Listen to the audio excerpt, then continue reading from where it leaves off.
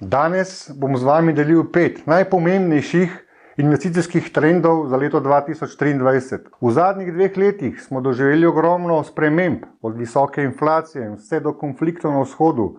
Zato je še bolj pomembno, da ohranite korak pred ostalimi in da veste, kaj lahko pričakujete v letu 2023 na finančnih trgih. Menim, da tega videa ne smete zamuditi, če razmišljate o vlaganju v prihajajočem letu. Preteklo leto je bilo izjemno težko za finančne trge. Pravzaprav se uvršča med najslabše leto v zgodovini.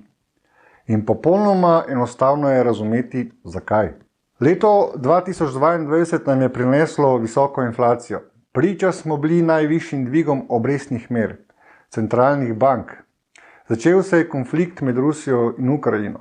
Prineslo nam je napetosti v gospodarstvu in napovedi recesiji, skratka, lahko govorimo o mučnem letu, toda leta 2022 je konec in pozdravimo novo leto 2023. Sem Benjamin Samotorčan, direktor prodaje pri podjetju Incrementum. Na finančnih trgih delujem že 15 leto in sem aktiven na vseh segmentih trga kapitala, v katerih seveda tudi predavam na finančnih seminarjih. Z vami bi rad podelil moje videnje in pričakovanja na finančnih trgih v letu 2023. Kaj bo v tem letu delovalo in kaj ne? Kateri segmenti so pripravljeni za hiperrast in kateri ne? Pa pojdimo kar po vrsti. Inflacija po letu 2023 padla hitreje, kot si mislijo nekateri. Dvigovanje obrestnih mer strani centralnih bank je začelo delovati, kar pomeni, da novih dvigovanj obrestnih mer ni pričakovati. Makroekonomski kazalniki kažejo, da smo dosegli vrh in nekako ukrotili inflacijo. Dejansko se dezinflacijski pritiski povečujejo praktično v vseh področjih in to se bo pospešeno nadaljevalo tudi skozi celo leto 2023. In zgodovinsko gledano lahko rečem, ko inflacija pada, trgi rastejo.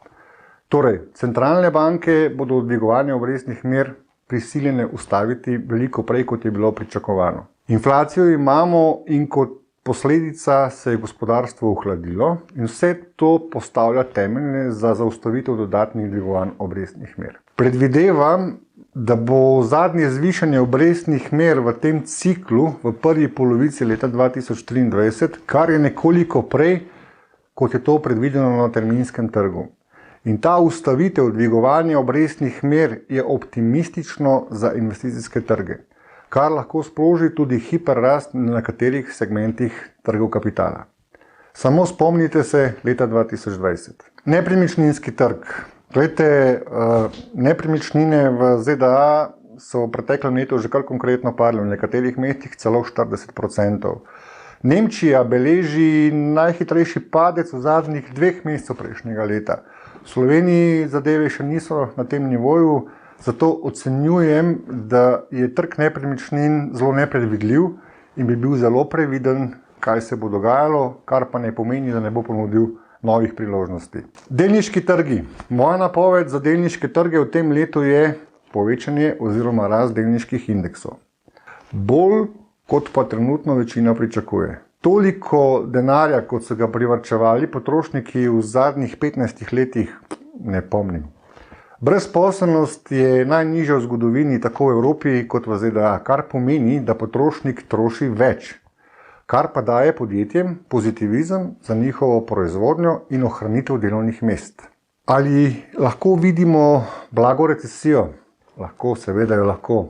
Vendar, glede na vse fundamente, kot so brezposelnost, prihranki na bankah, mislim, da ta ne bo prehuda, oziroma če do nje pride, mislim, da bo zelo kratkoročna. Kljub vsemu temu bi začetek leta lahko bil zelo pester. Likvidnost poganja trge, torej ko bodo centralne banke ustavile odtekanje likvidnosti, bodo trgi začeli rasti. Do takrat pa bodo verjetno ostali zelo volatilni. Kot dokaz lahko pogledamo zadnji mesec starega leta, ko je bilo trgovanje zelo nemirno. Torej, če bo v prvi polovici leta 2023 res zadnji dvig obrestnih mer in pride do dezinflacije, leta pa ponavadi povzroči, da so nekateri projekti oziroma podjetja na finančnih trgih zelo podcenjena, Če dobro poznamo fundamente, mislim, da bomo lahko letos našli kar nekaj delnic največjih podjetij, ki bodo zrasla za več kot 20%. Hkrati mislim, da bodo boljše cene na indeksu Nasdaq, ki je v letu 2022 doživel ogromne korekcije in ne bi bil presenečen, če bi se nekatera tehnološka podjetja odbila tudi za več kot 30%. Po moji analizi, zgodovinsko gledano, ob pregledu situacij pa imajo nekateri projekti v letu 2023 potencial zrasti še za veliko več. Še posebej na hitro rastočih segmentih, kot so umetna inteligenca in pa blockchain tehnologija, katerih sprejemanje je zgodovinsko visoko in presega celo hitrost sprejetja tehnologij, kot so mobilni telefoni in pa internet. Govori se, da bi naj Microsoft v letu 2023 v svoj spletni iskalnik Bing implementiral umetno inteligenco, kar pa lahko predstavlja resne težave nekaterim konkurentom. Zato pri vlaganju v tehnološke delnice bodite še posebej pozorni. Vsekakor pa menim, da bodo imeli nekateri izmed njih v letu 2023 velik potencial za rast. Ko smo že pri tehnologijah, pa se dotaknimo še blockchaina oziroma kriptovalut. Verjamem, da imajo kriptovalute letos zelo lepo priložnost za odboj in verjamem, da bodo mnoge izmed njih dosegle nove vrhove. V zgodovini se je ponavadi izkazalo, da ob povečanju likvidnosti najprej zraste Bitcoin, nato pa ostali manjši projekti. Zaradi prej omenjenih dejavnikov menim, da se bo na kriptotrgu začel nov razcvet in nov cikl rasti. Menim, da imajo tudi v tem ciklu večjo vrednost manjši projekti z uporabnimi aplikacijami v realnem svetu. Ocenjujem, da bodo imeli v letu 2023 največji potencial za rast ravno nekatere tehnološke delnice in pa kriptovalute z realno uporabno vrednostjo. Ne bi bil presenečen, če nekateri izmed teh projektov naredijo tudi več kot 3, morda celo 4-kratne donose na vložen kapital. Seveda, v današnjem svetu ni nič zagotovo in lahko se zgodi, da bodo centralne banke še naprej zategovale pas. Vendar analiza tako delniških in predvsem obvezniških trgov trenutno ne kaže v to smer. To je seveda le majhen del informacij, ki jih moramo poznati za uspešno vlaganje v letu 2023.